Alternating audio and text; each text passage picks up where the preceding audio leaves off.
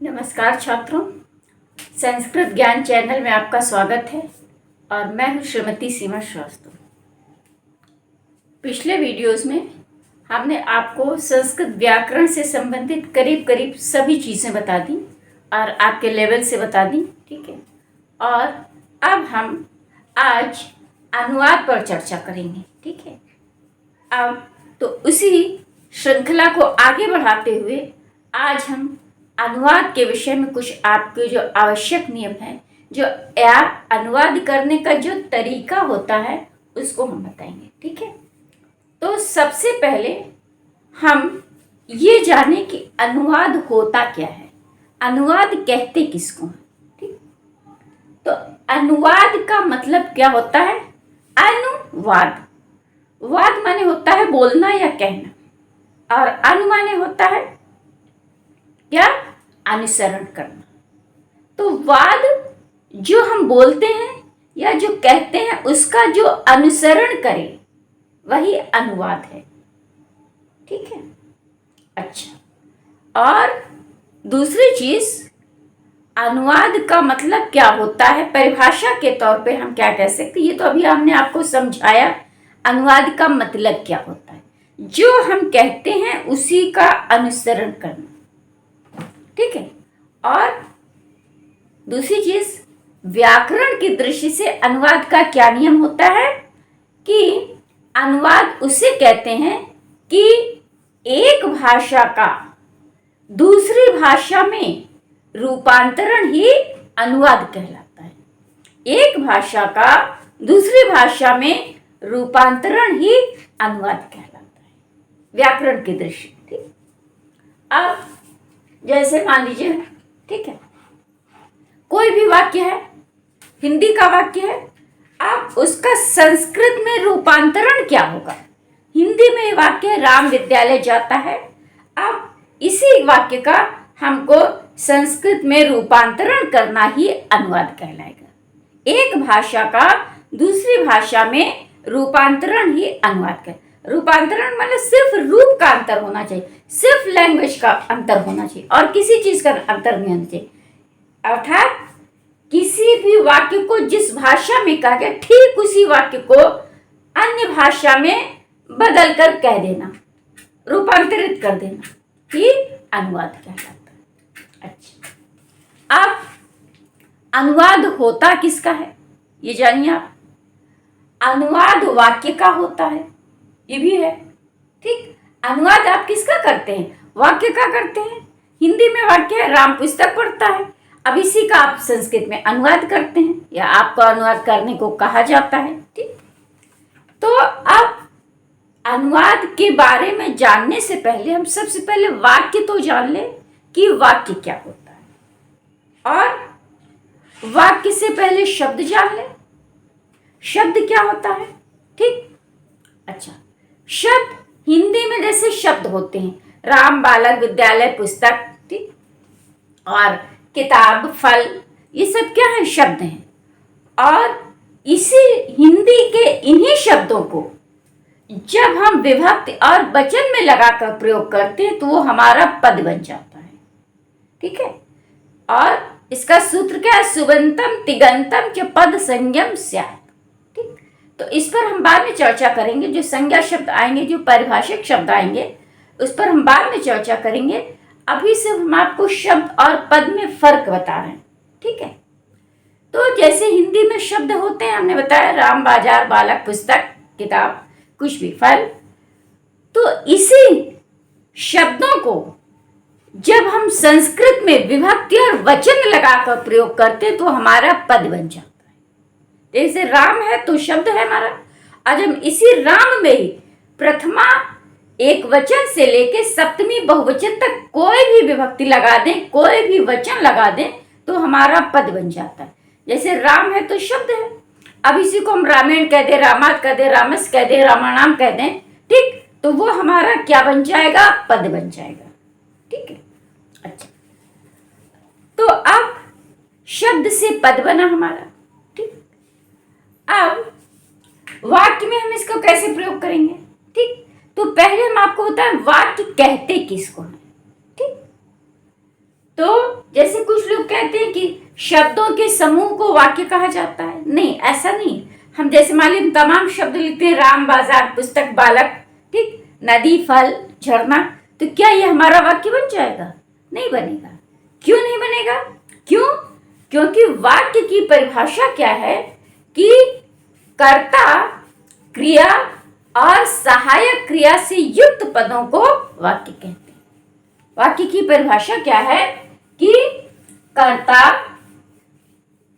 क्रिया और सहायक क्रिया, ठीक, से युक्त पदों को वाक्य कहते हैं। ठीक है, अर्थात वाक्य उसे कहेंगे जिसमें कर्ता हो, ठीक, और उसके बाद क्रिया हो, ठीक है, और उसके बाद सहायक क्रिया। ठीक है, सहायक क्रिया एक बार नहीं भी है तो चल जाएगा। जैसे राम ने पुस्तक पढ़ी, इसमें सहायक क्रिया नहीं है तो चल जाएगा। लेकिन यदि वाक्य में कर्ता ना हो तो वाक्य नहीं कहलाएगा, या यदि वाक्य में क्रिया ना हो तो भी वाक्य नहीं कहलाएगा। तो इसलिए कर्ता और क्रिया होना मस्ट है, और मस्ट का मतलब अत्यधिक अनिवार्य है। अर्थात कर्ता नहीं है तो भी वाक्य नहीं कहलाएगा, और क्रिया नहीं तो वाक्य नहीं। क्या हम कहते हैं राम, बाजार, पुस्तक, तो क्या ये वाक्य हो जाएगा? क्या? क्यों नहीं होगा? क्योंकि उसमें क्रिया नहीं है। तो जब तक क्रिया नहीं लगेगी तब तक वाक्य नहीं होगा। या हम सिर्फ कह दें कि पढ़ता है, पुस्तक पढ़ता है, तो भी वाक्य नहीं कहलाएगा। क्यों? क्योंकि इसमें क्रिया नहीं। तो इसलिए कर्ता और क्रिया से युक्त पदों को वाक्य कहते हैं।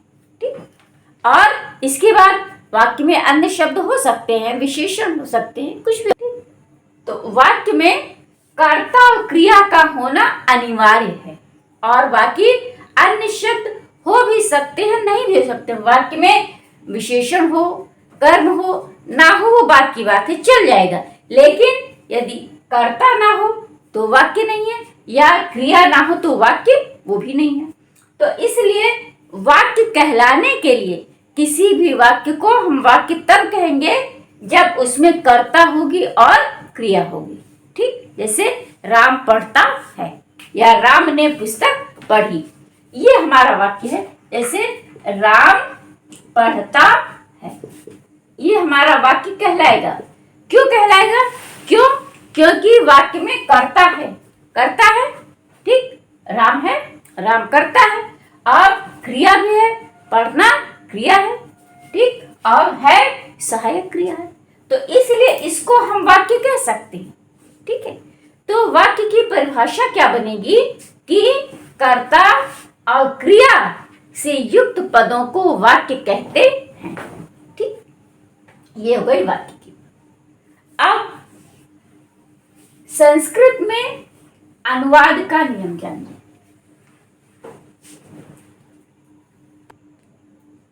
ठीक, अच्छा, तो अब संस्कृत में अनुवाद का नियम क्या है? ठीक, तो संस्कृत में अनुवाद का सबसे पहला बेसिक नियम क्या होता है कि अनुवाद में कर्ता और क्रिया का सह संबंध होता है।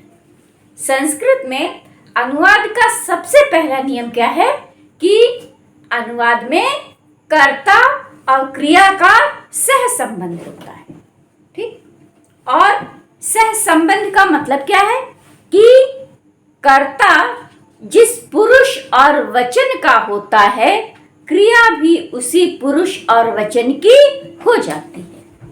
ठीक, कर्ता जिस पुरुष और वचन का होता है, क्रिया भी उसी पुरुष और वचन की हो जाती है।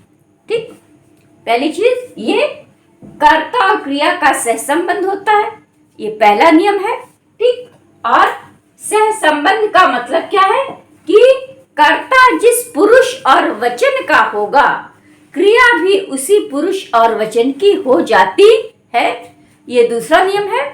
और तीसरा नियम, कर्ता के लिंग का क्रिया पर कोई प्रभाव नहीं पड़ता है।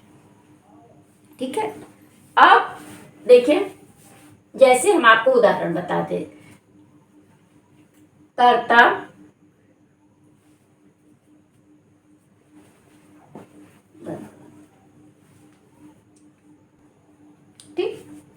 तो ये 3 नियम देख लीजिए।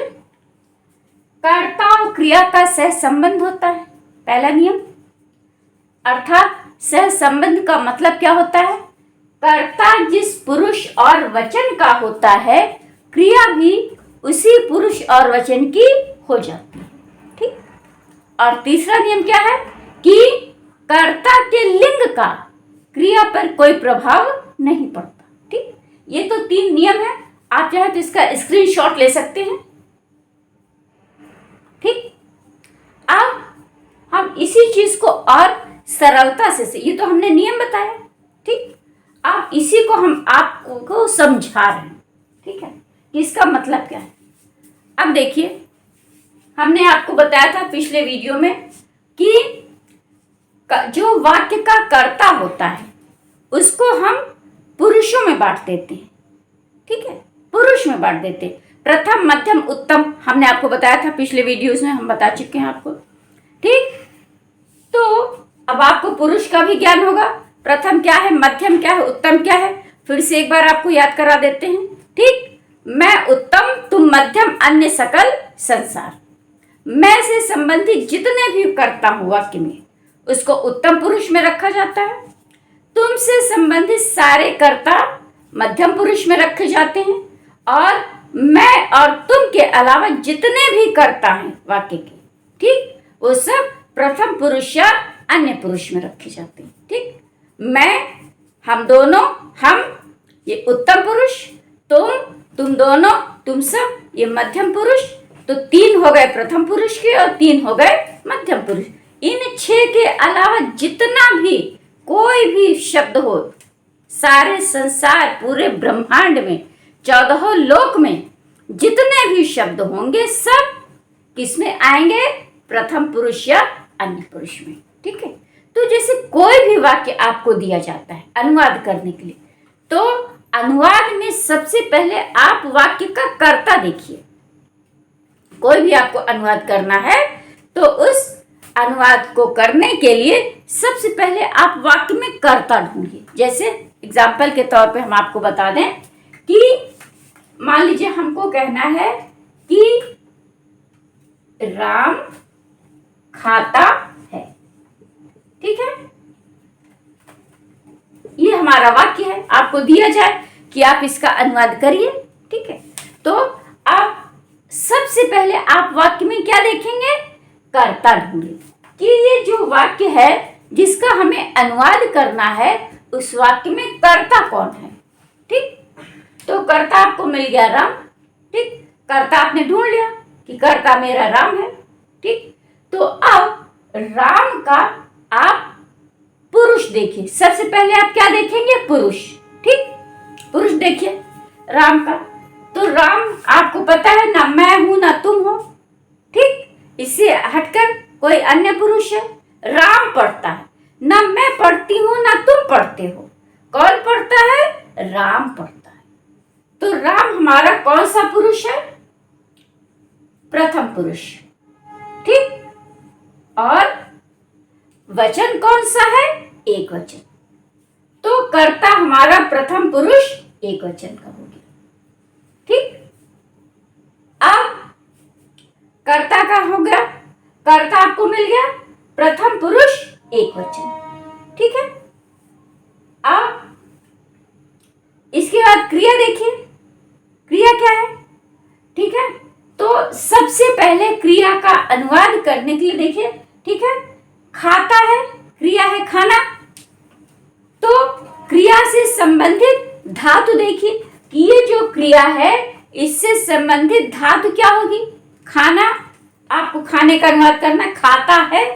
ठीक, तो अब खाने के लिए धातु कौन सी है? खाद धातु। ठीक है, तो क्रिया का अनुवाद करने के लिए सबसे पहले आप धातु देखिए।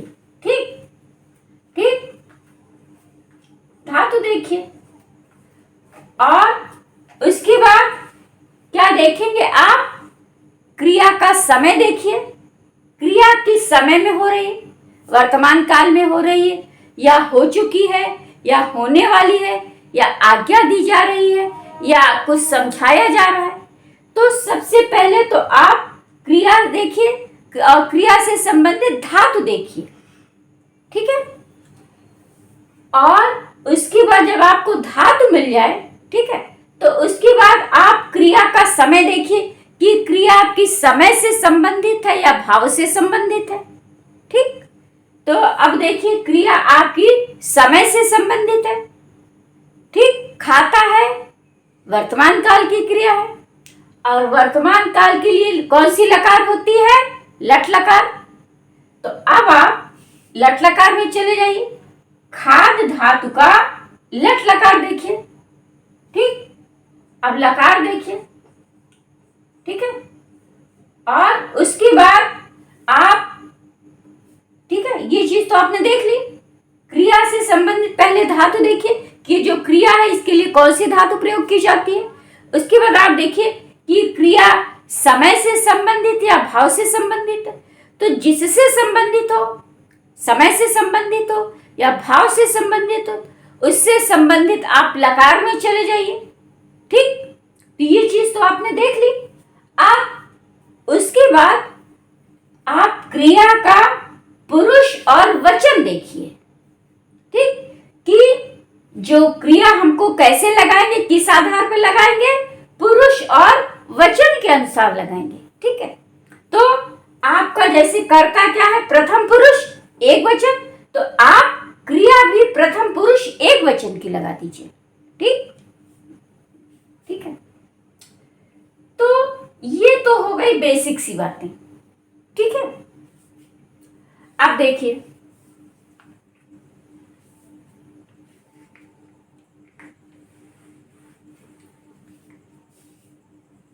कर्ता और क्रिया, ठीक है।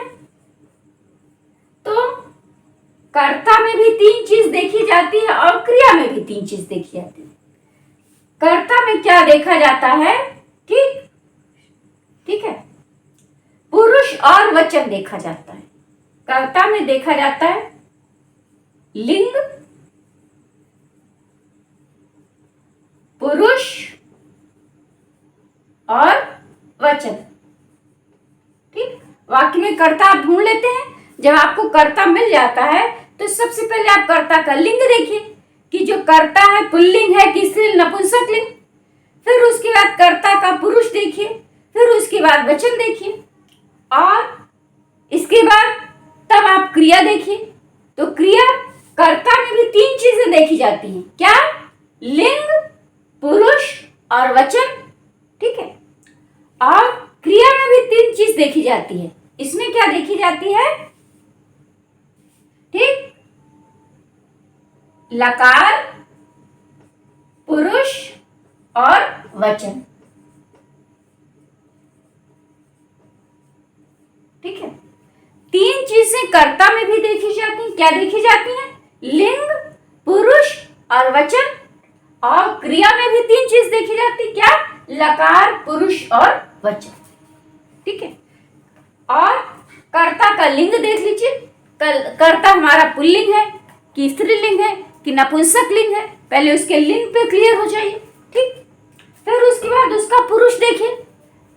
पुरुष कौन सा है? प्रथम पुरुष है कि मध्यम पुरुष है कि उत्तम पुरुष है। और जब पुरुष क्लियर हो जाए तब उसके वचन पर आ जाइए कि कर्ता एक वचन है कि द्विवचन है कि बहुवचन है, ठीक।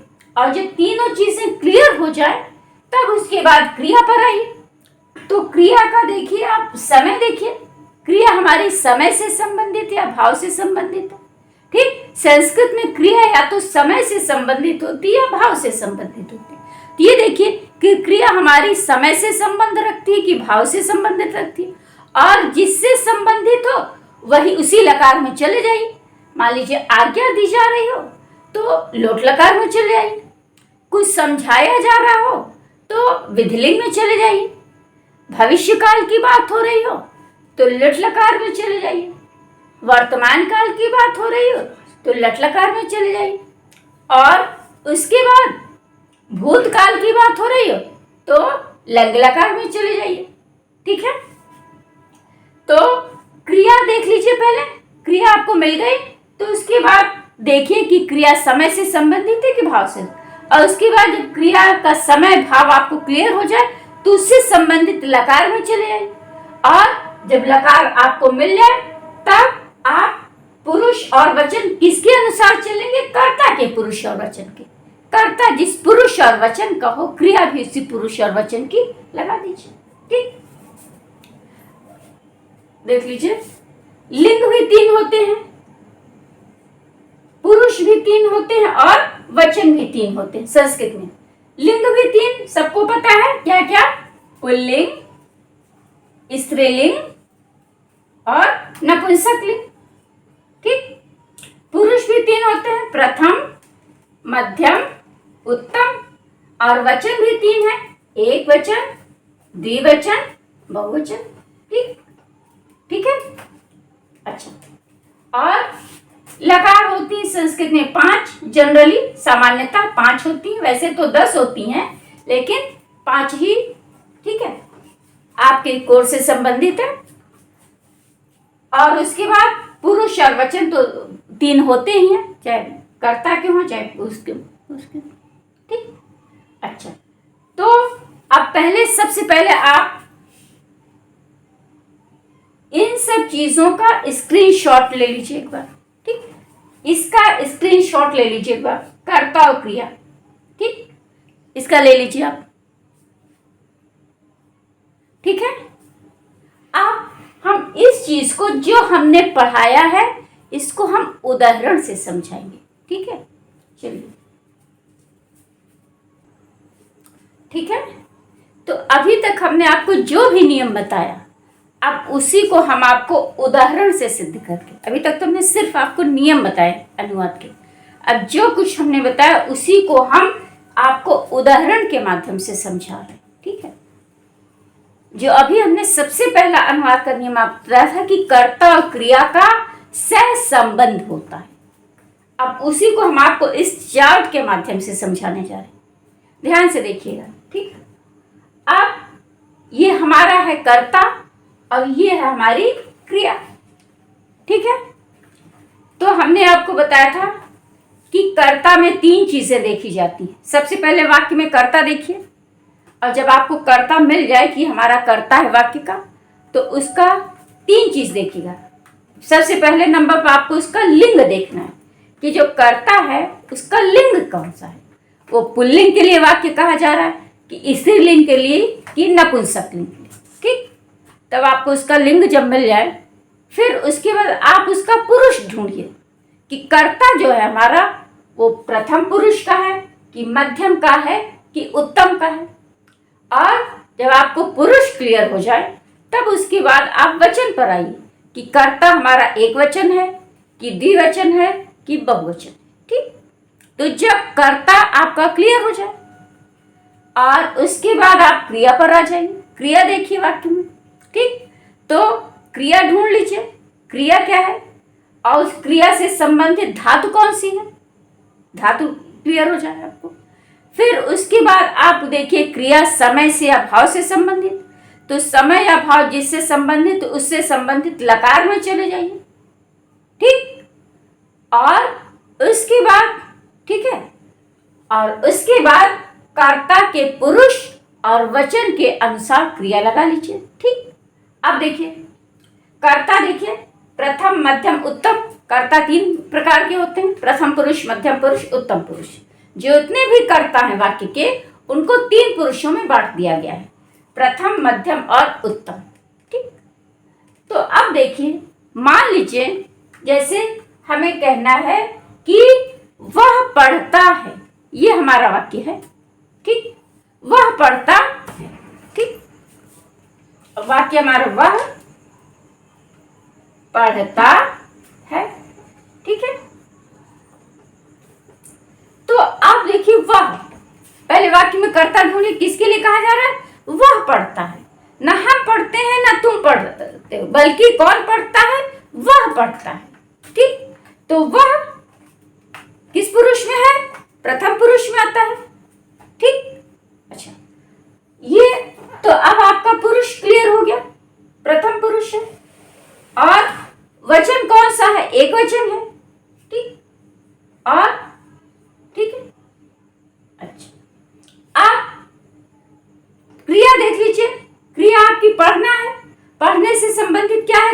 आपकी पठ, ठीक, तो पठ धातु पे चले आइए आप, ठीक है। और क्रिया आपकी समय से संबंधित है, ठीक, और समय भी कौन सा, वर्तमान काल पढ़ता है, ठीक, तो पठ धातु के लट लकार में चले आइए, ठीक। अब कर्ता हमारा चूंकि क्या है, प्रथम पुरुष एक वचन है, कर्ता हमारा प्रथम पुरुष एक वचन का है, ठीक। देखिए कर्ता है, ये कर्ता प्रथम पुरुष एक वचन का है। देखिए कर्ता जो है हमारा प्रथम पुरुष एक वचन है, अर्थात क्या बनेगा इसका, सह। कर्ता चूंकि प्रथम पुरुष एक वचन का है तो क्रिया भी हमारी प्रथम पुरुष एक वचन की हो जाएगी, ठीक। यदि कर्ता हमारा मध्यम पुरुष द्विवचन है तो क्रिया भी हमारी मध्यम पुरुष द्विवचन की हो जाएगी। कर्ता हमारा उत्तम पुरुष बहुवचन का है तो क्रिया भी हमारे उत्तम पुरुष बहुवचन की हो जाएगी, ठीक है। तो अब इसको आप देखिए, 9 ये भी है, 1 2 3 4 5 6 7 8 9, 9 ये भी है और 9 ये भी है, 1 2 3 4 5 6 7 8 9, 9 ये भी है 9 वो भी है, इसलिए क्रम से चलिए। और क्रम का मतलब आप जानते हैं कि मध्यम पुरुष का दूसरा, तो यहां भी मध्यम पुरुष का दूसरा, अर्थात फिर देख लीजिए, सह पठति, तो पठतः, ते पठन्ति, सह पठति, तो पठतः, ते पठन्ति, ठीक है। अब त्वं पठसि, युवां पठतः, यूयं पठत्, अहं पठामि, आवां पठावः, वयं पठामः, ठीक। कहने को लगा कि इधर से तीसरा तो इधर से भी तीसरा, इधर से दूसरा तो इधर का भी दूसरा, ठीक है।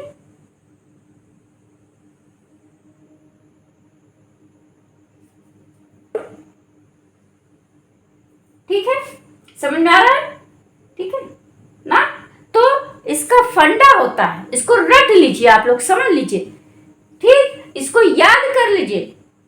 सह पठति, तौ पठतः, ते पठन्ति, सह पठति, तौ पठतः, ते पठन्ति, त्वं पठसि, युवां पठतः, यूयं पठत्, अहं पठामि, आवां पठावः, वयं पठामः। ये रट लीजिए, ठीक है, ये आपके अनुवाद में बहुत काम आएगा, ठीक। अक्सर बच्चों से पूछा जाए अनुवाद के लिए, अब उनको इसका कर्ता और क्रिया का प्रयोग पता नहीं होता, ठीक है, तो अक्सर बोलेंगे कि जैसे पूछा जाए कि अहम, तो कोई पठति, कोई कहेगा पठावः, उनको कर्ता और पुरुष का ज्ञान ही नहीं है, कर्ता क्या होता है, क्रिया क्या होती है, पुरुष क्या होता है, ठीक, इसका ज्ञान ही नहीं है, ठीक है। और ये गलती, कर्ता और क्रिया की गलती यदि आप अनुवाद में करते हैं तो बहुत बड़ी ब्लेंडर मिस्टेक मानी जाती है और पूरा अनुवाद काट के 0 कर दिया जाता है। और कर्ता और क्रिया का उचित आप प्रयोग करते हैं तो ये बहुत बेसिक सी बात है, तो आप इसका मतलब कि आपको अनुवाद पता है, बाकी रूप आदि बनाने में आप गलती कर देते हैं तो कोई दिक्कत नहीं, थोड़ा बहुत नंबर काट के नंबर मिल जाता है, ठीक है। लेकिन यदि आप कर्ता और क्रिया में गलती करते हैं तो ब्लेंडर मिस्टेक मान जाए, तो इसको काट के पूरा 0 कर। तो इसकी सुविधा के लिए आप इसको रट डालिए कि सह है तो पठति ही होगा, याद रखिए, तौ है तो पठता ही होगा, ते है तो पठति ही होगा, ठीक, तुम है तो पठसी होगा, युवाम है तो पठथा होगा, और यूयम है तो पठत होगा, अहम है तो पठामी होगा, आवाम है तो पठावा, वयम है तो पठावा, ठीक। तो इसको आप रख लीजिए, ठीक है। और इसी प्रकार से पांचों लकारों में, जैसे हमने लट लकार में आपको होता है स पठति, तो पठता, ते पठन्ति, तम पठसि, युवाम पठता, यूयम पठत, अहम पठामि, आवाम पठावा, वयम पठामा, ठीक। तो ये तो हमने लट लकार का आपको बताया था, ठीक। और अब जो है ये नहीं बदलेगा, ठीक, बस क्रिया का लकार बदल जाएगा। जैसे मान लीजिए क्रिया होगी, कल वह स्कूल जाएगा, ठीक है, कल वह पुस्तक पढ़ेगा तो पठ धातु को लिट लकार में बना ली, पठिष्यत पठी। और अब इसमें कोई परिवर्तन नहीं हुआ। अगर परिवर्तन होगा तो क्रिया में परिवर्तन, क्योंकि क्रिया बदलती रहती समय और भाव के अनुसार, ठीक है। कर्ता तो बदलेगा नहीं हमारा, क्रिया बदलती रहेगी, तो आप लिट लकार में चले जाइए। और लिट लकार में भी नियम सब में यही चलेगा। स पठिष्यत, तो पठिष्यता, ते पठिष्यन्, तम पठिष्यसि, युवाम पठिष्यता, यूयम पठिष्यत्, अहम पठिष्यामि, आवाम पठिष्यावः, वयम पठिष्यामः। ठीक, तो इसको आप रट लीजिए, ठीक है।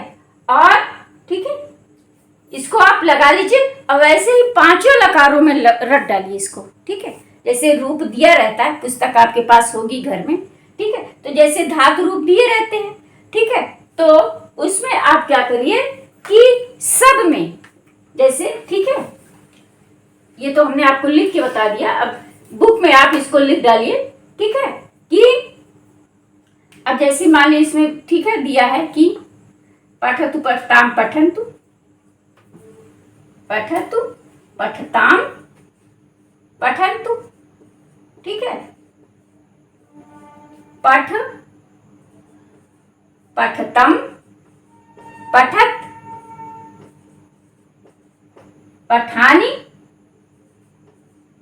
पठाव पठाम, ठीक है, ठीक है।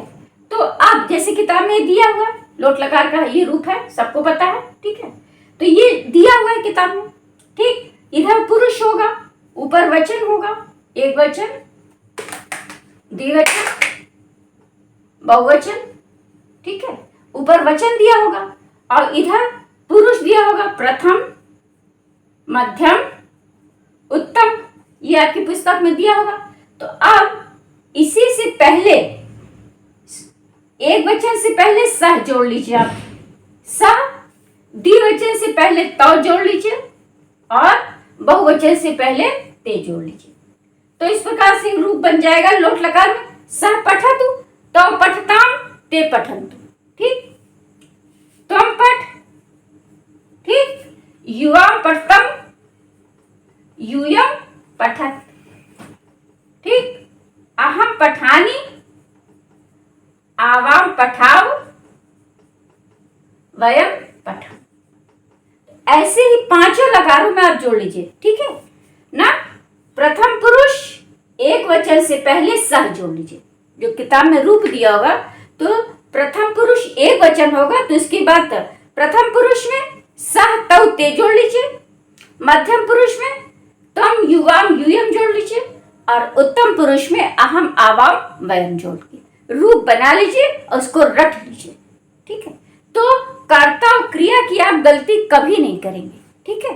तो अब आपको पता चल जाएगा कि जैसे कि लट लकार की मान लीजिए, तो अहम है तो उसके साथ पठामी, गमिष्यामि, रुदामी, भवामी, हसामी ही जुड़ेगा, मतलब उसमें आमी ही जुड़ेगा, कोई इसमें डाउट नहीं है।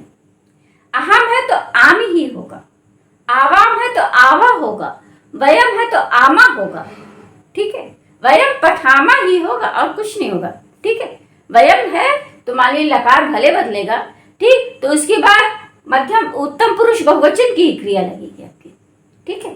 तो इस चीज को आप रट डालिए, ठीक। प्रथम पुरुष में सह तौ ते जोड़ लीजिए, मध्यम पुरुष में त्वम युवाम यूयम जोड़ लीजिए और उत्तम पुरुष में अहम आवाम वयम जोड़ के, और इस चीज को आप रट लीजिए पांचों लकारों में, ठीक है।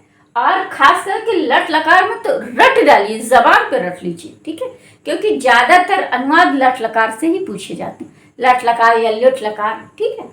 तो इसको तो आप रट लीजिए, तो आप अनुवाद में गलती नहीं करेंगे, पहली चीज। और दूसरी चीज, जो शुद्ध अशुद्ध वाक्य का चयन करते हैं, देते हैं पेपर में, तो उसमें यही कर्ता और क्रिया की ही गलती करते हैं, ठीक है। वो ये जानना चाहते हैं कि देखें बच्चे को कर्ता और क्रिया का ज्ञान है कि नहीं है, ठीक। तो इसीलिए वो कर्ता और क्रिया की गलती कर देंगे, जैसे सह लिख देंगे, कर्ता लिख देंगे और लिख देंगे कि सह पुस्तकम पठन्ति। तो अब आपने अगर इसको रटा है तो आपको पता चल कि सह है तो पठत ही होगा, सह पुस्तकम पठत, यही शुद्ध वाक्य।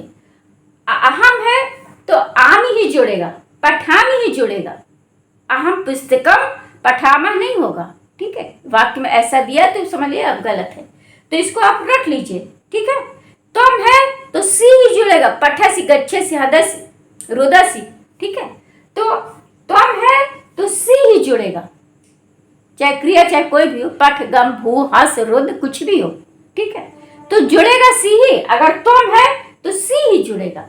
तो आप देख लीजिए, सह पठित तो पठता ते पठन, तुम पठस युवाम पठता यूयम पठत, अहम पठाम यावाम पठावा वयम पठा। इसको आप रट लीजिए, ठीक है।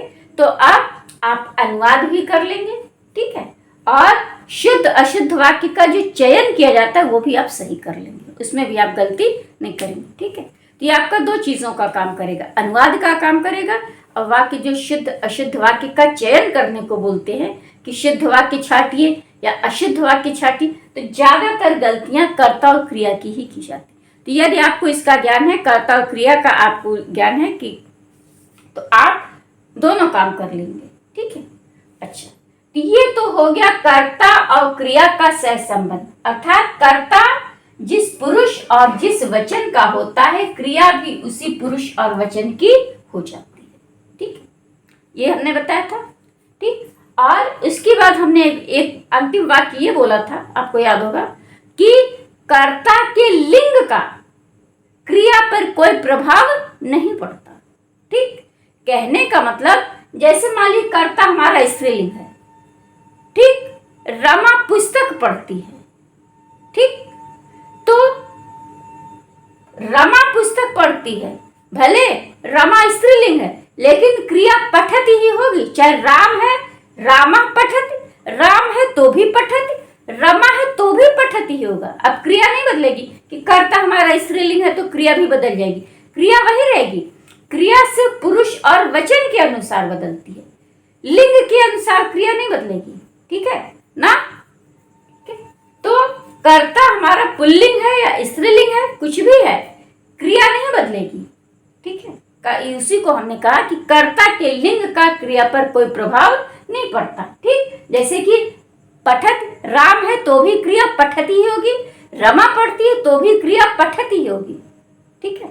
ये चीज समझ, ठीक है। तो आज ये चीज हमने आपको इस वीडियो के माध्यम से बताई, उम्मीद करते हैं कि आपको ये चीज पसंद आई होगी। हमने इस चीज को बहुत ही सरल तरीके से समझाने की कोशिश की, ठीक है। और उम्मीद करते हैं कि आपको समझ में भी आ गई होगी। आप इस चीज को, हमारे वीडियो को देखें, इसको लाइक करें और शेयर करें वीडियो, और सब्सक्राइब करें, ठीक है, हमारे चैनल को। और उसके बाद कोई आपको दिक्कत हो, कोई समस्या आ रही हो अनुवाद से संबंधित, तो आप उसको कमेंट बॉक्स में लिख के आप डाल दें, ठीक है। हम उसको देखेंगे कि आप कहाँ गलती कर रहे हैं, कहाँ आपको नहीं समझ में आ रही या कहाँ आप गलती कर रहे हैं, तो आप उसको बताएं। तो हम आप अगले वीडियो में हम आपके कमेंट्स का, आपके प्रश्नों का जवाब भी देंगे, ठीक है। और कल हम आपको अनुवाद से संबंधित कुछ और बातें बताएंगे। ये तो हमने आपको, ठीक है, जो अगला वीडियो होगा हमारा, उसमें हम अनुवाद से संबंधित कुछ और एक दो नियम आपको बताएंगे, ठीक है। तो और उसके बाद हमारे सारे वीडियोस प्लेलिस्ट में पड़े हुए हैं, ठीक है। और उस पर आप क्लिक करके आप इसको जो है डिस्क्रिप्शन बॉक्स में आप देख, ठीक है। और उसके बाद दूसरी चीज, आप लोग लाइक तो कर रहे हैं, व्यूज भी अच्छे आ रहे हैं, लेकिन आप लोग सब्सक्राइब क्यों नहीं, ठीक है। और इसका लिंक जो है डिस्क्रिप्शन बॉक्स में डाल दिया गया है, उसको आप देख लीजिए, ठीक है। और हमारे वीडियो को लाइक करिए, ठीक है, और हमारे चैनल को सब्सक्राइब करिए, ठीक। और कोई दिक्कत हो, कोई समस्या हो तो इसको कमेंट बॉक्स में लिखिए, हम आपके प्रश्नों का जवाब भी देंगे। और अगले वीडियो में हम अनुवाद से संबंधित कुछ और बातें आपको बताएंगे, ठीक है। तो हमारे वीडियो से जुड़े रहिएगा, उसको मिस मत करिएगा, और जो है हमारे वीडियो को लाइक करिए। और इसी के साथ आज हम इस वीडियो को यहीं पर समाप्त करते हैं। जय हिंद, जय भारत।